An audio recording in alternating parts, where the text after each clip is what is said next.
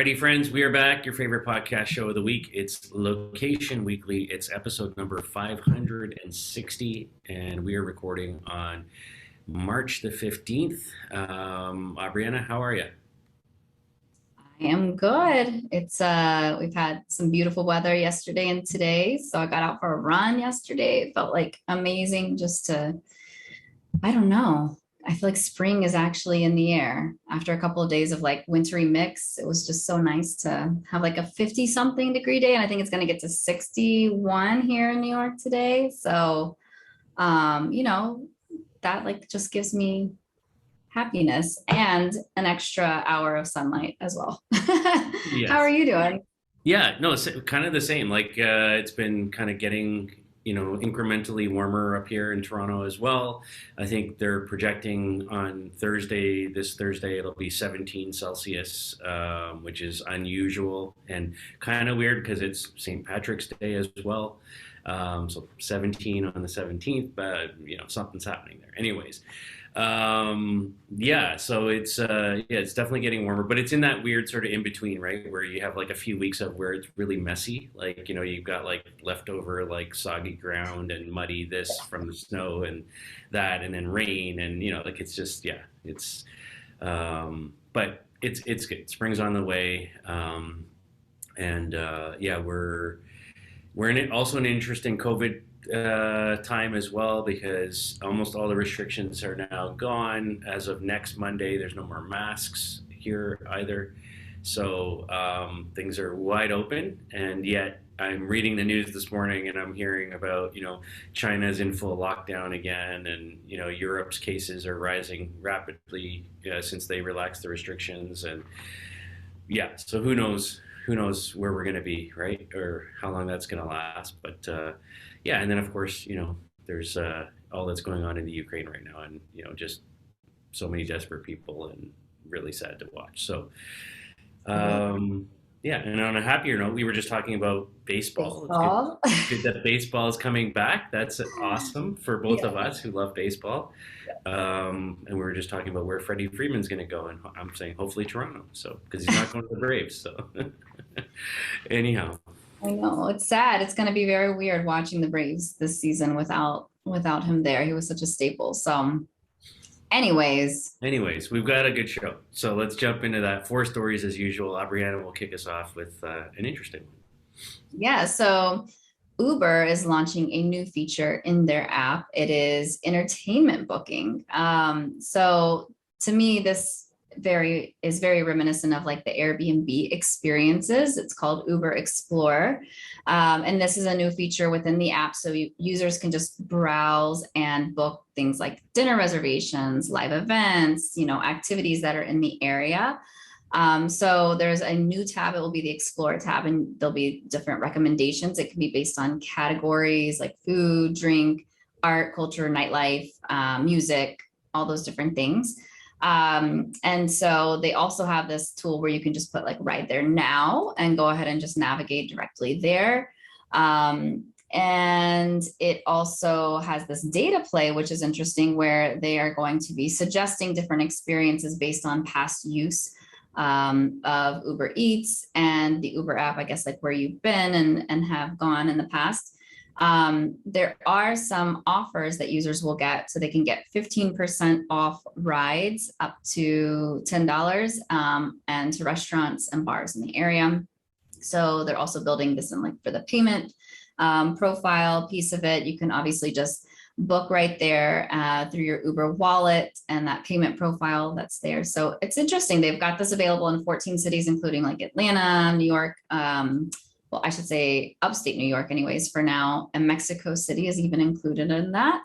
But they're going to be adding more cities, experiences, and events over the next coming weeks and months. So, I find this very interesting. Like I said, this reminds me very much of like what Airbnb does, but Airbnb is more of like I'm planning a trip in advance and I want to kind of explore what kind of an experience I could potentially have when I am there at a destination. Whereas this is very much like what's around me when I hang out with friends, or like we're, kind of bar hopping or like looking for some type of entertainment, a comedy show or something like that. So what's around me that I could easily get to. And I really do like this feature because I find that, you know, it's hard to kind of have this curated view of things that are interesting to you, especially when you are in that discovery mode. And it's very much in line with like, I'm in an Uber, I'm going somewhere, you know, where should I go? Or I am somewhere and I want to go somewhere else, and keep, you know, having a good time with friends. Like what else is there around that's happening? So I do think that it's very in line with the search and discovery mode that sometimes people are in when they're using the Uber app. So I think that this is a great and exciting new feature. I like it a lot. I also like the ability of, you know, Uber Eats has been primarily like driving people, well, driving food from the restaurants and new restaurant trials and experiences to people's homes, whereas this is actually driving people to the restaurant. So I think it's further driving business back into places. But now we're talking about going beyond just the restaurants and probably into more, like I said, like music, comedy, you know, other events. Maybe it's like the zoo or wherever. So I think this is a really interesting feature.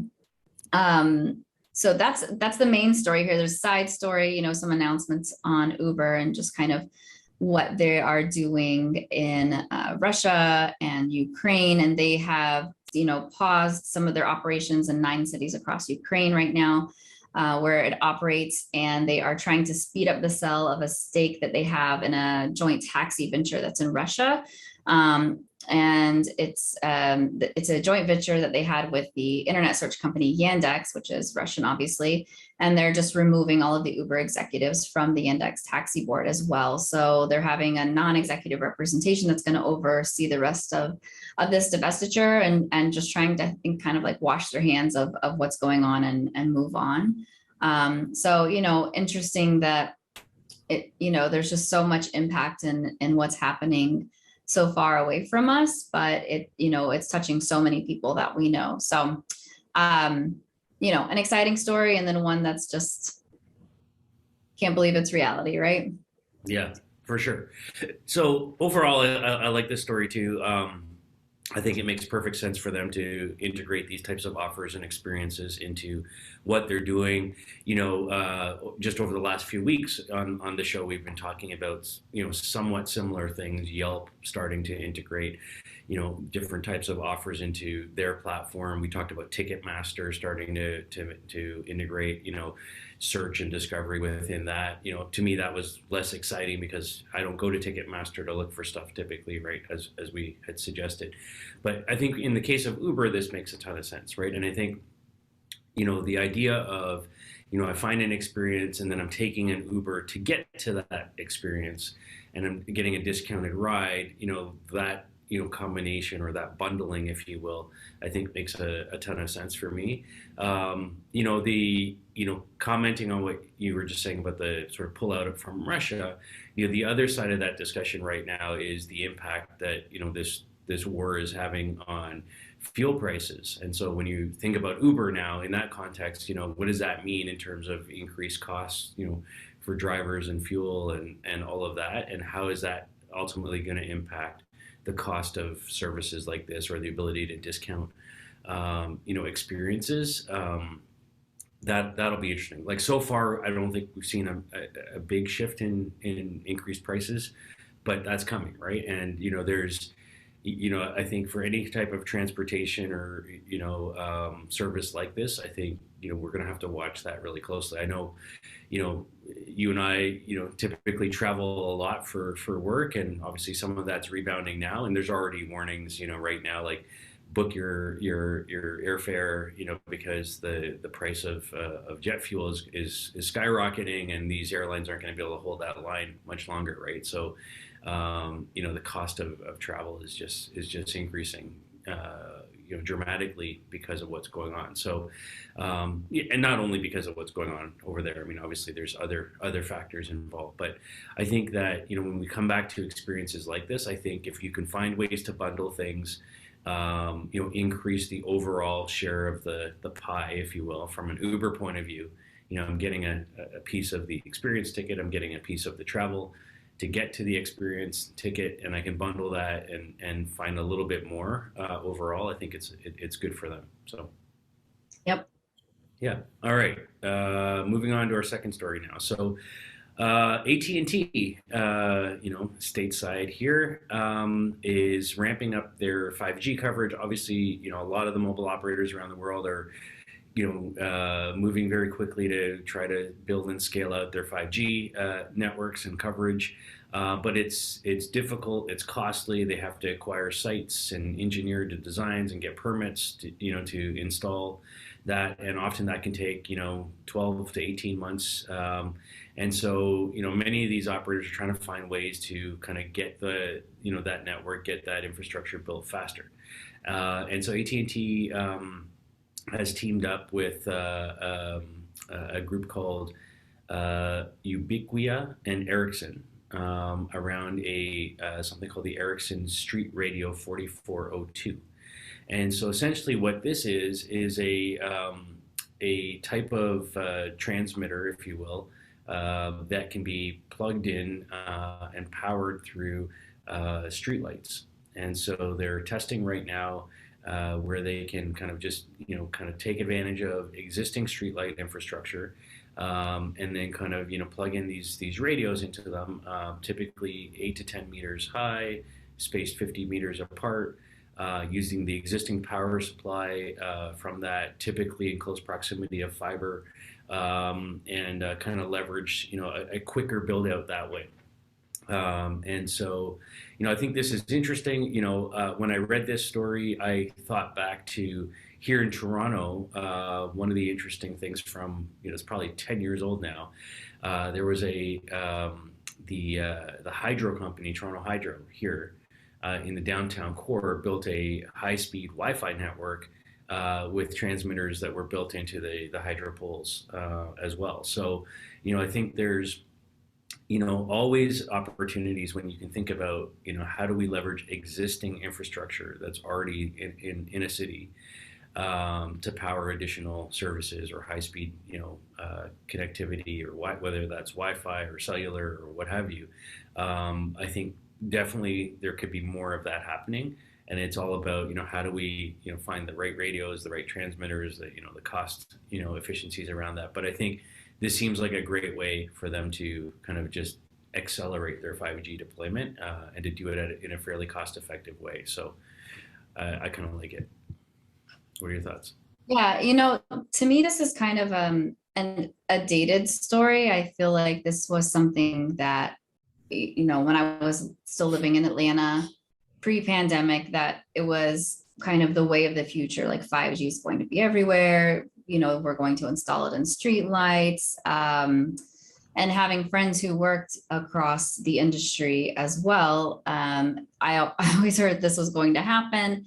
And then I heard kind of the other side of it, which is it is costly. It's never going to be deployed as easily as people think it's going to be, like, oh, tomorrow 5G is just going to be everywhere. No, it needs those short ranges, and it needs to have a lot of like access points in essence.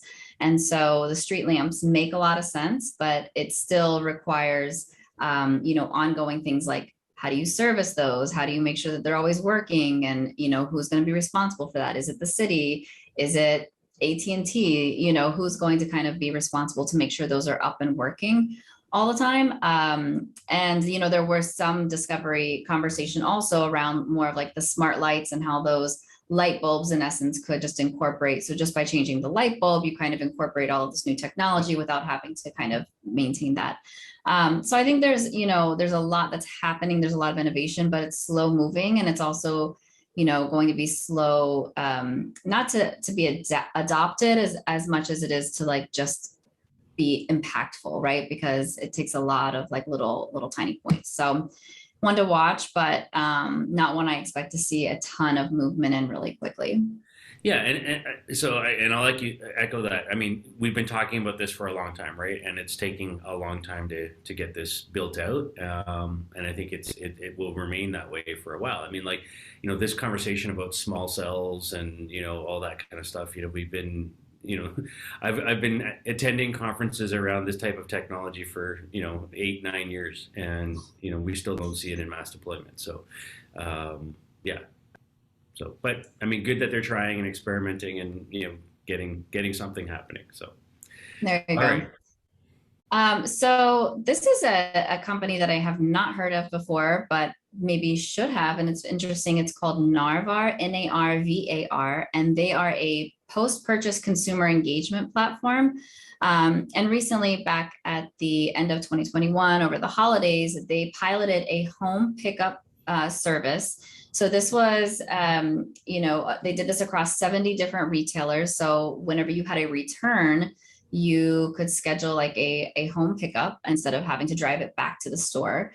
And now as rolling this out, it is carrier agnostic, but it's a home pickup service, and it's a return service. So it's going to enable consumers to either drop off returns or have returns picked up for multiple retailers at partner locations. So some of these include Mall of America, Simon, Walgreens, Nordstrom, some big time places.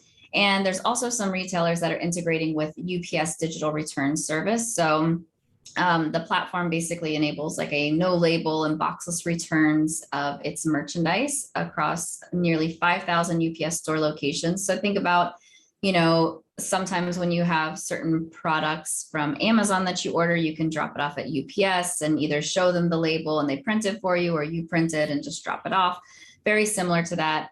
There will be a nominal fee for the service. But this in-home returns pickup service is currently available at 10 major metro markets right now. And they plan to expand this to about 100 in the next few months, and virtually giving them nationwide US coverage. But some interesting stats they saw based on the pilot that they ran, they saw that this was enabling returns to the warehouse about 25% faster. And apparently Walmart began offering in-home pickup for Walmart.com purchases as part of its like in-home delivery this year, just in January. I did not realize that, but also I don't have a Walmart here super close to me. I have to go to Jersey. Can you believe that?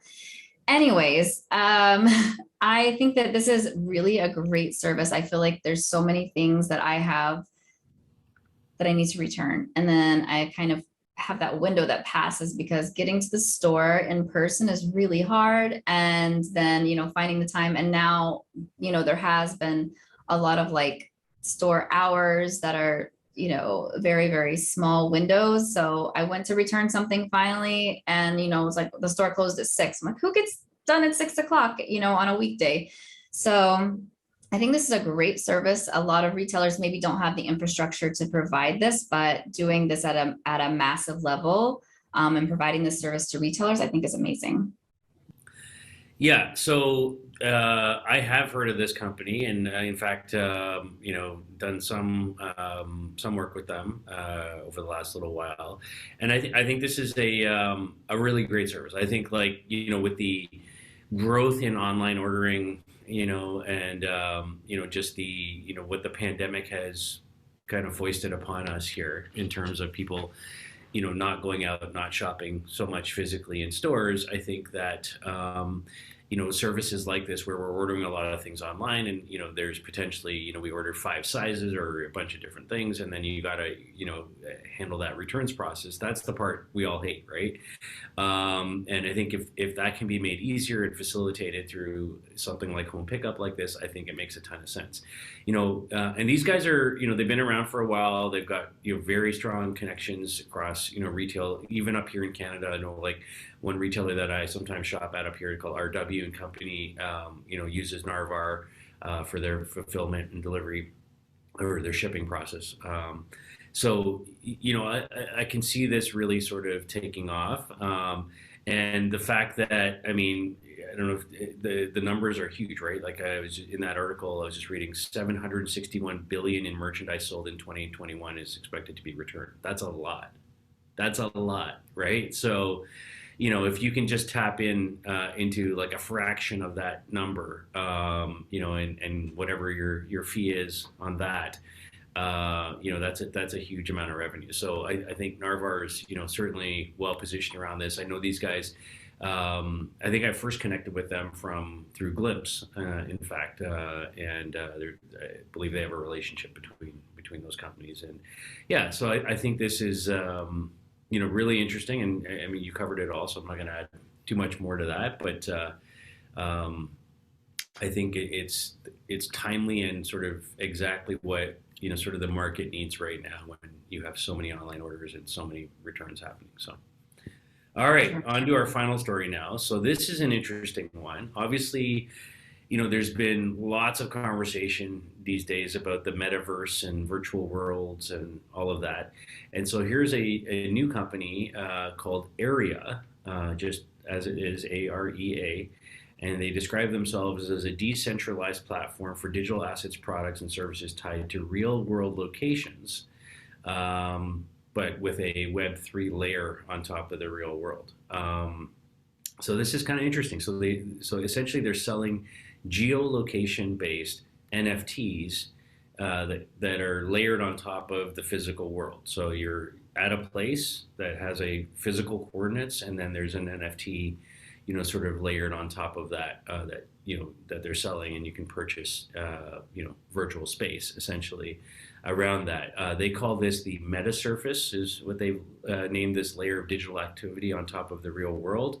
I think it's quite interesting. And this is a company that, from a leadership point of view as well, is really interesting. So, one of the key people behind this is Elia Locardi, who's one of the world's most recognized travel photographers.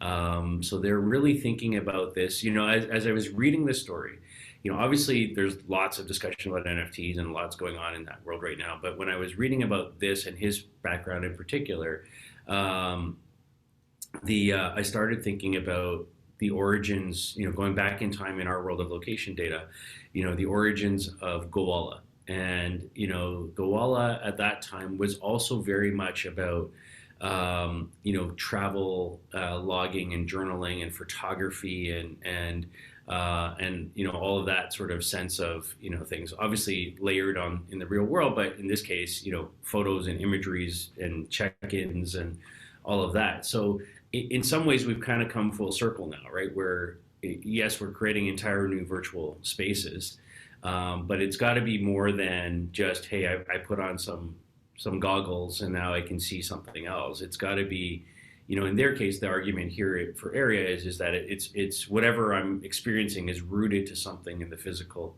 world, and there's a connectivity between that. So anyhow, so their Area NFTs they're selling these in 4,000 packs of 10 random areas, and then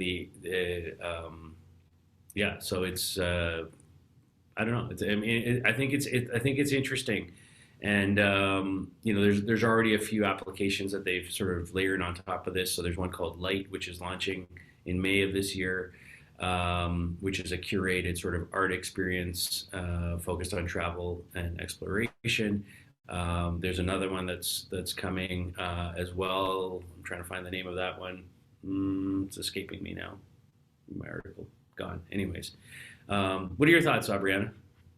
So I think this is really interesting. At first I was like, I was trying to understand the implications of the geo and the location when it came to the NFT, but I do think it's interesting. I also think it's interesting how they're packaging it. Like it's almost like trading cards, right? Where you've got like this pack of, you think about when you were little, if you were into like baseball cards or whatever, you went and bought a pack of the baseball cards and hoped to get some big name player in there.